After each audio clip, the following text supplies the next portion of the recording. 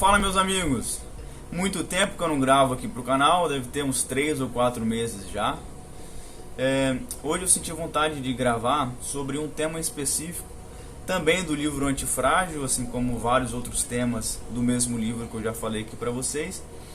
Mas este ponto em específico eu acredito que seja um dos mais importantes do livro e um dos que mais me chamou a atenção, que é sobre a assimetria fundamental.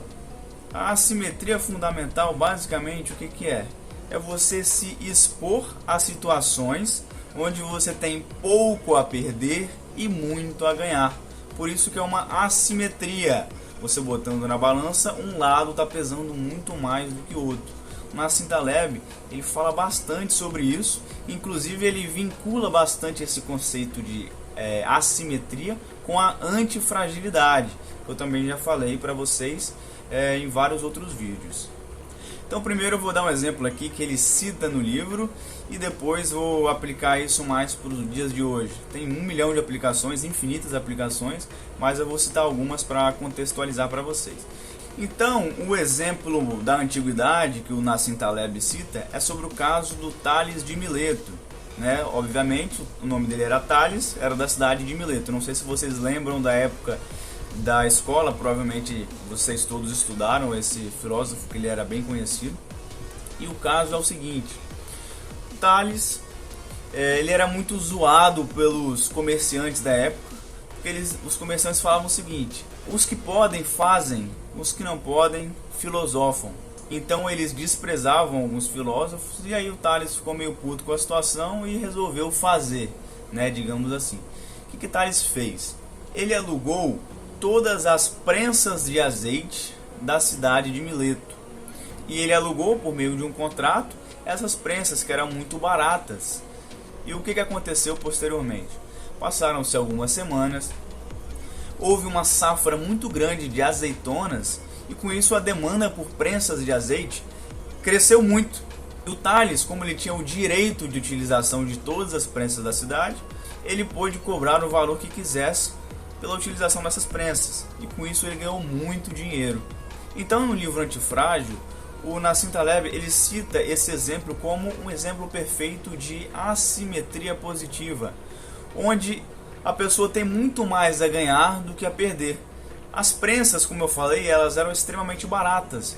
Então Tales foi, alugou essas prensas e depois ganhou um grande dinheiro em cima disso, se beneficiando com essa assimetria positiva. Trazendo essa assimetria para os dias de hoje, e citando alguns assuntos que eu já falo muito aqui no canal, que são sobre investimentos, a gente pode falar, por exemplo, sobre o mercado de ações. Porque, naturalmente, quem investe no mercado de ações de uma forma diversificada e com controle de risco, sabendo o que você está fazendo, você naturalmente se expõe para situações assimétricas, onde você tem pouco a perder e muito a ganhar. Quando você escolhe alguns ativos e coloca uma porcentagem pequena do seu capital nele, de forma com que existe uma grande possibilidade de variação para cima e ela é ilimitada, né? O Nassim Taleb fala muito disso no livro. Ganhos ilimitados e perdas limitadas. Então isso que é uma situação assimétrica. Se você perder no mercado de ações, quando você compra um ativo, para baixo o valor é zero, certo? Você pode botar uma porcentagem pequena, por exemplo, 2% do seu capital, né? Você coloca em determinada ação, para cima não há limite e para baixo é zero. Não tem como ficar menos do que isso. Além das ações, eu cito aqui também o Bitcoin. Tem algumas outras pessoas do mercado financeiro que comentam sobre o Bitcoin. Tem muita gente que quer ganhar dinheiro em cima de desavisados também. Só que existe uma assimetria muito grande em cima do Bitcoin, porque o futuro dele é completamente incerto. Se fosse certo, estaria todo mundo comprado e sabendo que ele iria se valorizar, mas ninguém sabe. Isso daí é algo que pouca gente entende, se é que alguém entende, né? Dá para você entender um pouco do sistema blockchain por trás, só que não é nada garantido que ele vai disparar e também não é nada garantido que ele vai para baixo. É completamente incerto. E o Bitcoin ele tem algumas vantagens. Por exemplo, em momentos de crise, as pessoas tendem a comprar Bitcoin. Em alguns países como a Argentina, que estão extremamente inflacionados, as pessoas compram Bitcoin para proteger elas mesmas, né, da desvalorização da moeda delas. Isso foi feito também ao longo das últimas décadas, últimas centenas de anos. Isso foi feito com o ativo ouro, porque existe um tanto limitado de ouro no mundo, ou seja, ele tem o potencial da escassez, e existem vários estudos que mostram que o ouro protege o seu capital contra a inflação. Ele não gera grandes valorizações para você. Até gera em casos de que você está próximo a uma crise e várias pessoas compram ouro para se protegerem da inflação, e aí com isso o ouro se valoriza bastante. Mas isso não é regra. Se você for olhar no longo prazo, ele simplesmente protege o seu capital para não ser corroído pela inflação. Ele não é um investimento de longo prazo, ele é simplesmente uma proteção da sua carteira. Nenhum problema em ter ouro em carteira. Inclusive eu terei no futuro, quando eu tiver um patrimônio considerável. Como por enquanto meu patrimônio não é considerável, eu não estou focando em proteger o meu capital. Como eu ainda sou pequeno, meu objetivo é me expor a situações mais assimétricas. Mas voltando para o Bitcoin, ele é um outro exemplo de um ativo assimétrico, onde você tem pouco a perder, desde que você seja consciente e coloque um percentual que faça sentido na sua carteira, ou seja, você tem um controle de risco e você tem um potencial de ganhos ilimitado. Como último exemplo de assimetria positiva, eu vou citar nada mais nada menos do que gravar vídeos para o YouTube. Antes de explicar com mais detalhes, eu vou só citar alguns pontos aqui que eu estava refletindo hoje, que inclusive foi por isso que me deu essa vontade de gravar sobre esse tema que eu acho tão fantástico, que é a assimetria positiva. Antes de mais nada, deixa eu dar uma viajada aqui. Não sei se vocês sabem do conceito de o que é um marketplace. Marketplace é como se fosse um shopping, só que no digital, né? Vou dar um exemplo de marketplace famoso aqui, que todo mundo conhece, que é o Mercado Livre. Ele é um local onde os fornecedores conseguem colocar os seus produtos. É um ambiente de muito tráfego, ou seja, tráfego significa várias pessoas acessando, certo? Se você for fazer uma analogia aos shoppings físicos, é como se fosse muita gente andando no shopping, muita gente circulando, ou seja, um shopping movimentado. Então, os fornecedores eles utilizam desse grande tráfego dos marketplaces para venderem um produto. Mas, como nada é de graça nessa vida, é óbvio que o marketplace, nesse caso o Mercado Livre, ele cobra uma grande taxa simplesmente para a pessoa colocar o produto dela à venda nesse marketplace.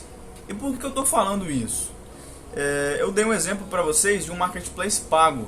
Agora, o YouTube aqui, na minha viajada que eu dei hoje, é que o YouTube ele é um marketplace de ideias totalmente assimétrico. Vamos lá, por que ele é assimétrico? Vou falar uma coisa que é óbvia, mas para mim faz total sentido e é muito interessante. O número de visualizações nos vídeos, ele só vai para cima.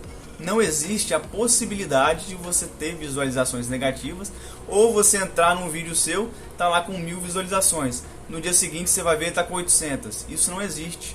Ele é naturalmente convexo. Convexidade é um outro conceito também explorado no livro, mas eu não vou entrar nesse assunto. Entenda isso como assimetria positiva, que é basicamente a mesma coisa. Mas isso sobre o marketplace de ideias foi só uma viajada mesmo. Deixa eu só fechar o raciocínio aqui de porque o YouTube ele é uma plataforma assimétrica, para mim no caso. Vamos lá, o que eu tenho a perder publicando os meus vídeos aqui? A única coisa que eu posso pensar é o tempo que eu gasto para fazer esses vídeos. Eu erro 1000 vezes, vocês não veem aqui, mas eu erro 300 mil vezes. Aí depois tem o tempo de edição. Isso porque eu nem entro em muitos detalhes de ficar olhando o áudio com muitos detalhes, edições perfeitas, eu não faço isso. Mas mesmo assim consome um certo tempo. Então o que eu tenho a perder basicamente seria isso, a meu ver. E o que eu, Roberto, pessoalmente acredito que eu tenho a ganhar com isso? Eu fiz uma listinha aqui que eu vou colar. Vamos lá. Primeira coisa, treinar oratória. Há um tempo atrás eu era extremamente tímido, eu tinha dificuldade em me comunicar.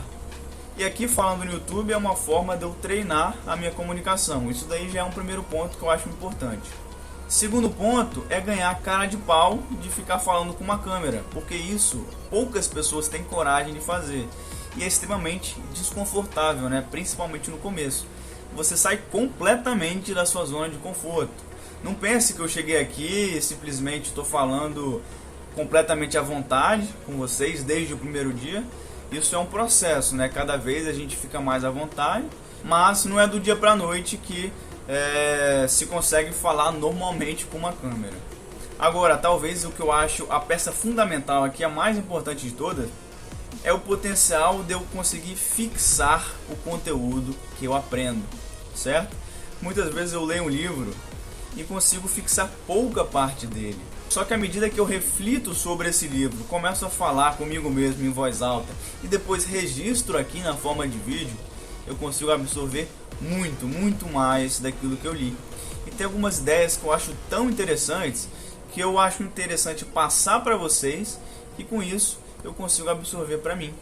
Outra coisa que eu acho muito legal é que eu estou registrando as minhas ideias, estou vendo uma evolução, né? Vou ver uma evolução ao longo do tempo dessas minhas ideias. Não sei até quando eu vou continuar gravando vídeos aqui, eu não faço a menor ideia, mas enquanto eu tiver vontade eu vou continuar gravando. Eu tenho certeza que depois de alguns anos vai ser muito interessante ver esse histórico em forma de vídeo e refletir sobre isso. E o último, por que não, vou falar sobre o potencial de monetização. Para quem não sabe, o YouTube paga as pessoas. Eu acho que você precisa ter 4.000 horas de visualização e 1.000 inscritos mínimo para o seu canal começar a ser monetizado. Só que o custo inicial, como eu falei, é zero. Então, o que você tem a perder? Só tempo. O que você tem a ganhar? Esse monte de coisa que eu falei, no meu caso, né? Tem gente que não dá valor para todas essas coisas, mas eu dou. E tem o potencial de monetização. Isso é muito interessante. Outra coisa, dá para você ser inteligente e agregar produtos comissionados nas descrições dos seus vídeos, que também favorecem essa monetização. Tem alguns links de Amazon, vocês podem ver alguns vídeos meus, que eu vendo livros, todos que eu já li, óbvio, os livros que eu confio, os livros que eu acredito, e eu ganho uma porcentagem de comissão da venda dos livros.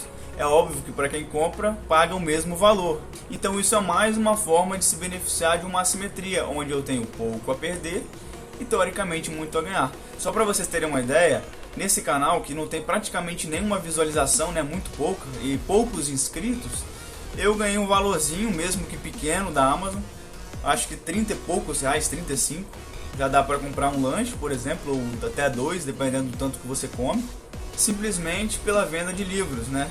Principalmente os meus amigos que compraram, eu confesso. Mais uma coisa que eu acho muito interessante do fato de eu upar vídeos aqui para o YouTube é que algumas pessoas que eu conheço veem esses vídeos e me convidam para, por exemplo, dar alguma palestra ou falar sobre algum livro em algum evento para outras pessoas.